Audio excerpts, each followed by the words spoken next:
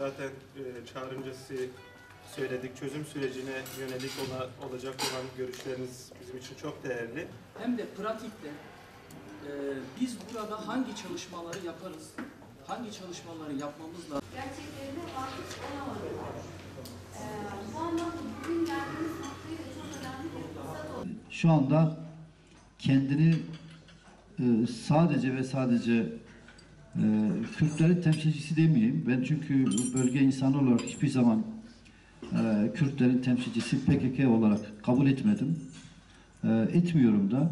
Ve hatta değişik ortamlarda da bunu dile getirdiğinde, Kürtler dediğinde yani PKK'yı veyahut da sadece ve sadece HDP'yi dile getirdiklerinde ben şahsen hoşuma gitmiyor. Yani cümle bulamıyorum. Çok daha sert bir cümlede kullanabilirim.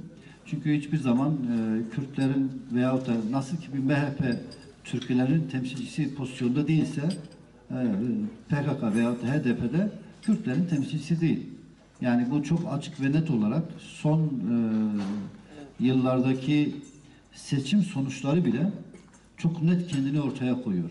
Yani Kürtlerin PKK bütün zulmüne, bütün baskısına, mahkemeler kurulmasına, bilmem işte tehditler etme, faili meçhullere ulaşmasına, her şeye rağmen yani 1990'lı yılların, daha doğrusu tek partili dönemden bugüne kadar geldiği en büyük zulmün, baskının zirve yaptığı dönemleriyle karşılaştırdığınızda şu anda PKK o baskılara maalesef çok kötü bir kopyası olarak bölgede kendini gösteriyor. Buna rağmen çok ciddi manada PKK gibi düşünmeyen çok büyük bir kitle var. En azından yani çok düz bir hesaplı %50 toplumun. Yani onun için PKK burada Kürtlerin hiçbir zaman temsilcisi olmadı. Ve Kürtler aslında PKK hiçbir zaman Kürtlerin de taleplerini dile getirmedi. Yani PKK'nın istediği devletin eliyle, yani belki bu daha geçmişin de getirdiği bazı şeyler var, problemler var. Daha kendilerini aşamadılar.